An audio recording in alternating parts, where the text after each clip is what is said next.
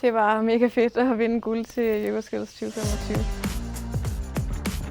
Jeg hedder Louise, og jeg er blomsterdekoratør.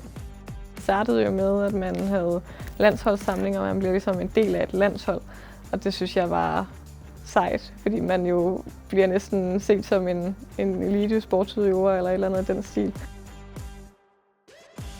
Jeg er mega glad for at få oplevelsen for at være med til Euroskills, fordi det er måske den første gang og eneste gang, som blomsterdekoratørerne er med til et Euroskills.